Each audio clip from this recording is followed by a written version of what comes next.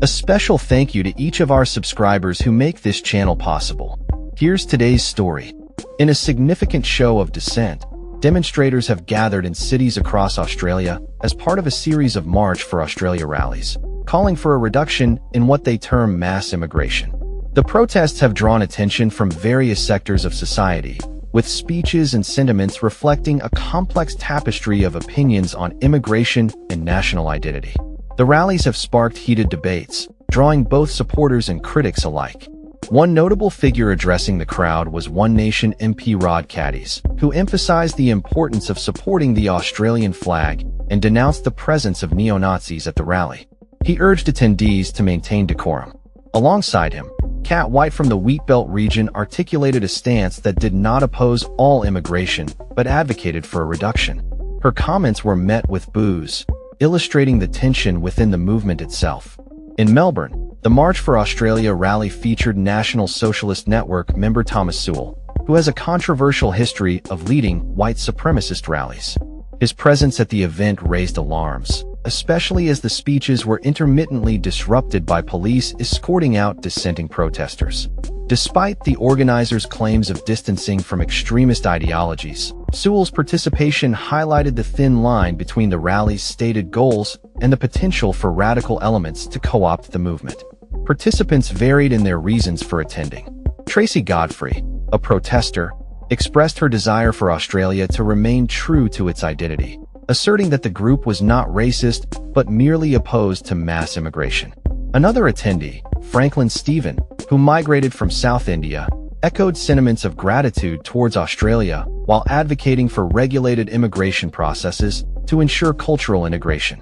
The rallies saw an impressive turnout, with over 1,000 participants in some cities, many waving Australian flags and chanting slogans like Aussie, Aussie, Aussie, Oi, Oi, Oi.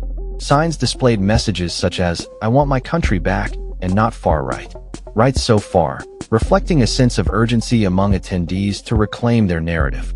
Notably, the protests were not confined to major cities. In Echuca, around 400 people gathered, surprising event organizer Colin Hosking, who had anticipated a smaller turnout. He remarked on the event as a manifestation of the silent majority voicing their concerns. However, the federal government has condemned the rallies, with investigations revealing connections between some organizers and white nationalist ideologies. In Adelaide, tensions escalated into a physical altercation as the National Socialist Network attempted to speak, leading police to intervene. The rally ended prematurely, showcasing the underlying discord within the movement. Meanwhile, in Hobart, opposing protests necessitated a police barrier to separate conflicting groups, further illustrating the polarized nature of the demonstrations. Political responses have varied, with some leaders like Home Affairs Minister Tony Burke labeling the March for Australia as un-Australian, emphasizing the importance of multiculturalism in the nation's identity. Opposition leader Sue Ley called for peaceful and respectful protests, acknowledging the right to dissent but condemning violence and intimidation. As the protests unfolded, police across the country prepared for potential unrest, assuring the public that they were closely monitoring the situation. NSW Acting Deputy Police Commissioner Paul McKenna stated that organizers had assured law enforcement of their intention to maintain order, while ACT Police reported no intelligence suggesting planned violence. The March for Australia rallies have ignited a national conversation about immigration, national identity, and the fine line between legitimate protest and the promotion of hate. As Australia grapples with these complex issues, the events serve as a reminder of the diverse perspectives that shape the nation's ongoing dialogue about its future and the values it stands for. That's all for this story.